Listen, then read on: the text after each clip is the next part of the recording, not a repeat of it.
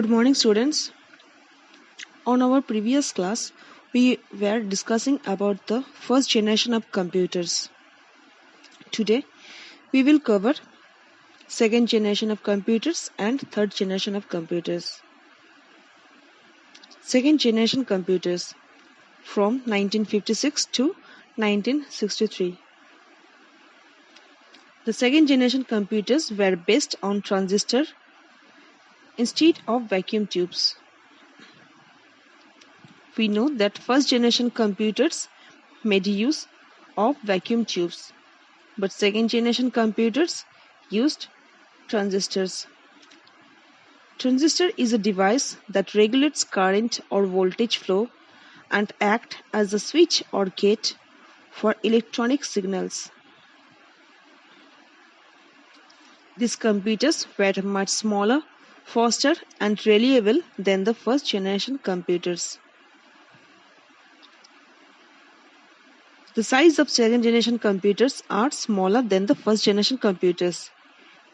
It works faster and reliable. That means good in quality. Instructions were written in assembly language and made use of words and symbols. Here are three kinds of computer languages. That's a machine language, assembly language, and high-level languages. High-level languages such as Fortran and COBOL were developed during this time. Punched cards and magnetic tape were used for input and output. We know what is punched cards. Magnetic tape. Magnetic tape is a medium of magnetic recording made of thin, magnetizable coating on a long, narrow strip of plastic film. Instructions were stored on magnetic core memories. Magnetic core memory is a predominant or strongest form of RAM that uses tiny magnetic coil of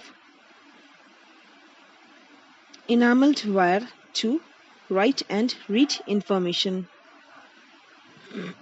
These computers were relatively less expensive. IBM 1401 is an example of second generation computer. IBM 1401 was a stored program transistor based computer developed by IBM, that is International Business Machine, in October 1959. It was considered as the first affordable general purpose computer. It was smaller in size, simple to operate, and more durable than its predecessors.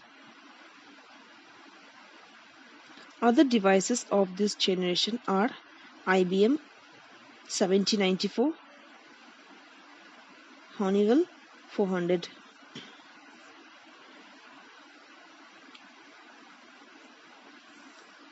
Third generation computers from 1964 to 1971. During this phase, transistors were miniaturized and placed on silicon chips along with other components. These chips were known as integrated circuits or ICs. IC or integrated circuit is a set of electronic circuits on one small flat piece of semiconductor material, that is normally silicon. Keyboard and monitor were introduced as a new input and output device.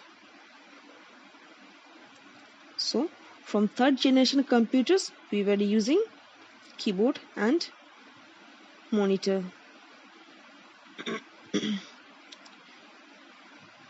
Monitors were equipped with operating system to manage hardware. That is, monitors were supplied with the necessary items with operating systems. The use of operating system enabled to run multiple applications at the same time. They were faster, smaller in size, and more efficient than the second generation computers. Simplified high-level programming languages were used for the coding the instructions. BASIC, ALGOL, and Pascal are some examples of high-level languages. IBM 360 series is an example of third-generation computers. This computer that was announced by IBM on April 7 in 1964.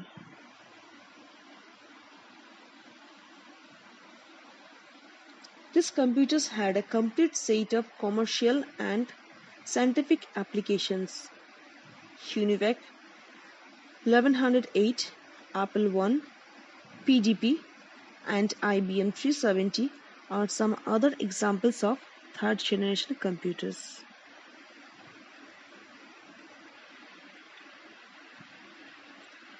So students, learn properly the features of first, second, and third generation of computers. We will continue our lesson with fourth and fifth generation of computers on our next class. Thank you.